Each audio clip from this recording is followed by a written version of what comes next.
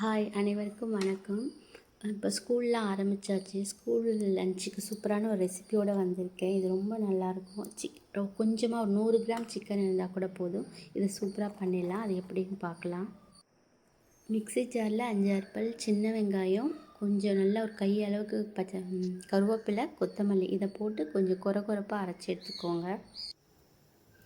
வானல் வச்சு எண்ணெய் ஊற்றிட்டு பெருஞ்சீரகம் போட்டு தாளிச்சிக்கோங்க. அப்புறம் நம்ம அரைச்சி வச்சதை போட்டு அதை வதக்கிட்டு இது கூட இஞ்சி பூண்டும் சேர்த்து நல்லா வதக்கிக்கோங்க.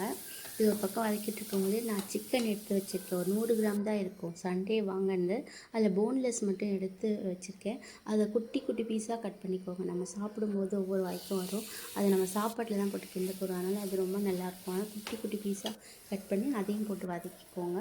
அது கூட குழம்பு மிளகாத்தூள், உப்பு, கொஞ்சம் மஞ்சள்தூள் போட்டு நல்லா கிண்டி விட்டுட்டு தேவையான தண்ணி ஊற்றி மூடி வச்சுடுங்க. 10 நிமிஷத்தில் ரெடி ஆகிடும். சூப்பராக இருக்கும். இதோடைய வாசனையே ரொம்ப நல்லாயிருக்கும். இது நம்ம சாப்பாடு கிண்டும் போது இதில் போட்டு வானல் மாதிரி ரொம்ப டேஸ்ட்டாக இருக்கும். இதுக்கு மசாலா தேவையில்லை, தக்காளி தேவையில்லை.